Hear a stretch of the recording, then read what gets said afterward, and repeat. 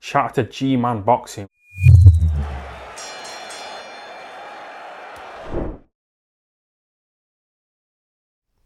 Alright, people. Tank Davis knocks out Romero in the 6th round. This was an interesting little scrap. You know something, right? I expected Tank Davis to win. I expected him to win. I think I said inside 4 or 5, but roughly I would have been a bit worried if it had gone any later than 7. You know what I mean? So if it went into the halfway stage of the fight, I would have been thinking, what's going on? And the reason why I said that is because I expected Rowley to just come at Tank Davis. Just come at him with reckless aggression and to walk onto a shot. Now, he did end up walking onto a shot in the end, and that was what took him out. But he showed me that he actually can box when he wants to. And he was doing well in this fight. Now, Rowley believes he won every single round. I certainly gave him, I think I gave him the first, the second. The 3rd round I was kind of either or. But I think the 4th round was definitely a Tank Davis round. He was winning the 6th. And again, the 5th round was kind of, I thought that Rowley was doing good work in there. He didn't buzz Tank Davis, but he definitely stunned him in the 2nd round. So we'll talk about it round by round. So in the 1st round, you have Rowley coming out, popping a jab, and Tank Davis. See, Rowley said that he's the biggest puncher Tank Davis has ever been in there with, certainly as a pro. And it certainly appeared that Tank Davis respected Rowley's power from very early on. He was feinting, he was moving back, he was economical with his shots, he was trying to minimize the amount he gets hit. Now, saying that, Romero was also quite dirty in there. His elbow was going in a couple of times. I think he was warned. I think it was the end of the 5th round. The referee warned him for using the elbow because he did kind of mark up the forehead of Tank Davis. But Tank Davis was just using his jab, was using his feints, was using his own bit of head movement. And what changed it for me in this fight was he was struggling a bit to be able to pin Rowley down and be able to just land on him.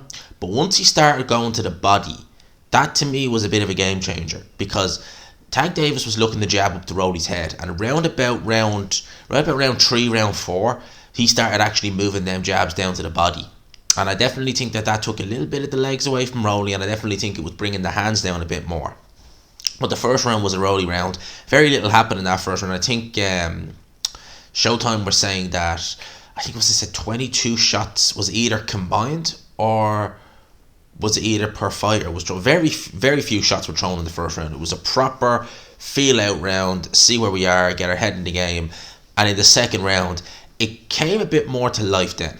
You had Tank Davis looking to throw left hands, but it was actually a left hook from Rowley that it stunned Tank Davis momentarily. He definitely felt that it was kind of in the midway stage of the 2nd round. It stunned him momentarily. He kind of backed up, and Rowley got a bit reckless then and started throwing some haymakers. And what he ended up doing was he actually got Tank Davis and fumbled into the ground. It was not a knockdown. I think Rowley was trying to claim that it was a knockdown, but it wasn't a knockdown. Certainly not. He was just fumbled down to the ground. And again, like I said, Tank Davis wasn't badly hurt or anything like that. It was just a case of, okay, this guy can't stun me. And this guy, you definitely could tell that both men respected each other's power in there. This was not a case of one guy was just saying, I'm going to walk straight forward, I'm going to walk through with you, Gav. No, both guys respected each other's punching power in there. And Tank Davis was being patient. Some people I seen some people saying that Davis just ran. No, Davis was being patient, he was being economical, and what he was doing, you could see it as the fight was going on.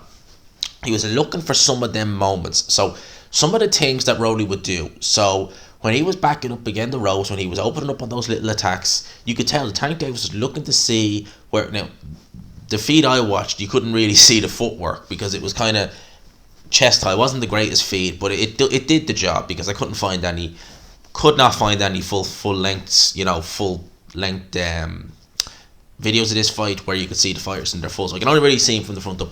But I suspect that he was looking kind of to see where his feet were positioned, Tank Davis was, and also looking to see how Rowley's head moved. Was there any synchronicities that Rowley was doing when he was looking to open attacks and when he was in specific parts in the ring?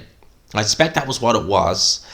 Tank Davis appeared, again, I think it was in the 5th round, appeared to injure himself well, I may say injure himself, but he definitely appeared to hurt himself in there, because he was actually doing some pretty good work in the 5th round. He was going to the body a lot more. He was starting to throw the left hand in to Rolly's body.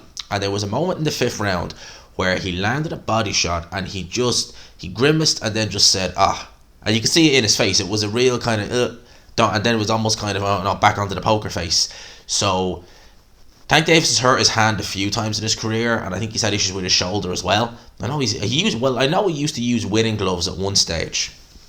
And if you're using winning gloves, that to me is indicative of someone who has brittle hands. Now, he switched back to Grants, which are a little bit more of a puncher glove, but they still protect your hands a good bit. So I wonder, did Tank injure his hand again in this fight? Because, you're someone like him who punches extremely hard. I mean, Tank Davis, pound for pound, is one of the best punchers in the sport. That does come with a price. We've seen it with people like Wilder, where they injured himself. But Tank Davis soldiered on.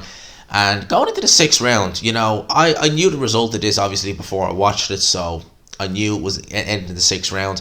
But I was very surprised. Rowley, certainly for my money, was ahead in this fight. I think the judges had Rowley ahead. They had him a bit closer. But he was boxing very well. He was boxing out of his skin.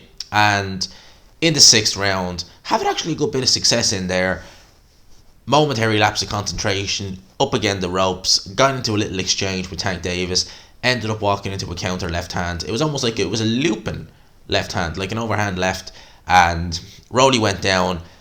He was able to get back up at the count of 8, but his legs were not underneath him, and I think the referee's name was Dave Fields, who is not known for being, I know this referee, he's not known for his quick stoppages. He actually refereed AJ versus Klitschko. Now, that was one where I did feel that was a bit premature. But he refereed fights like Kovalev versus Alvarez, Aleda Alvarez, the first fight. And after the second knockdown, Kovalev was done, but he let that fight carry on. He's more a kind of guy who lets the fight go on. But he looked at Rowley, realised he was in no state to continue, waved it off. And Rowley had no complaints. Very often you see it when a guy is complaining. They're saying, "Oh no, I could have carried on premature." He didn't complain. He certainly didn't complain. I don't think he would. I think he would have got absolutely. I think it would have been a case of just a little shot from Tank Davis would have put him down again. There was no point letting that fight carry on. Tremendous shot from Tank Davis. Ryan Garcia was in attendance, and obviously he's looking to fight the winner. That's Tank Davis. I think Tank Davis takes Ryan Garcia's head clean off his shoulders. I really do. He makes too many mistakes defensively.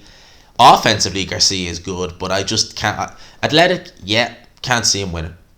Can't see him beating Tank Davis. In terms of Rowley, he was out there calling for a rematch straight after this fight. I think that Rowley is better than I gave him credit for. He certainly showed me in this fight that he can box, and he was doing very well in there. But we've seen that at times with Tank Davis, haven't we? I mean, if we look at the Leo Santa Cruz fight, Leo Santa Cruz was having great success. It was actually very, very similar if you think about it. Leo Santa Cruz having good success in there with Tank Davis ahead on the scorecards, in my opinion, going into the 6th round. In that case, it was an uppercut. In this case, it was a left hand. But both times it's been one shot that Tank Davis has been able to rely on in the 6th round, and has changed the course of the fight. So Tank Davis, for me, one of my favourite fighters to watch. I think he's just always entertaining, value for money, and he is a good fighter. He was very economical in this fight, but I think it was more because he was playing it safe, defensively, feints, jabs when I need to, rights when I need to, go to the body, or lefts when I need to go to the body, and eventually was able to walk Rowley onto something. So that's my thoughts on this fight. Let me know yours in the comments section. Hope you enjoyed the video, lads and lassies. If you could, smash the like button, help your boy out. I'll do a live this evening, 7:30. We'll go for a little bit, and then we will do we'll do a live tonight, and we'll talk more about it then. So for now, I'll leave you with that. Peace.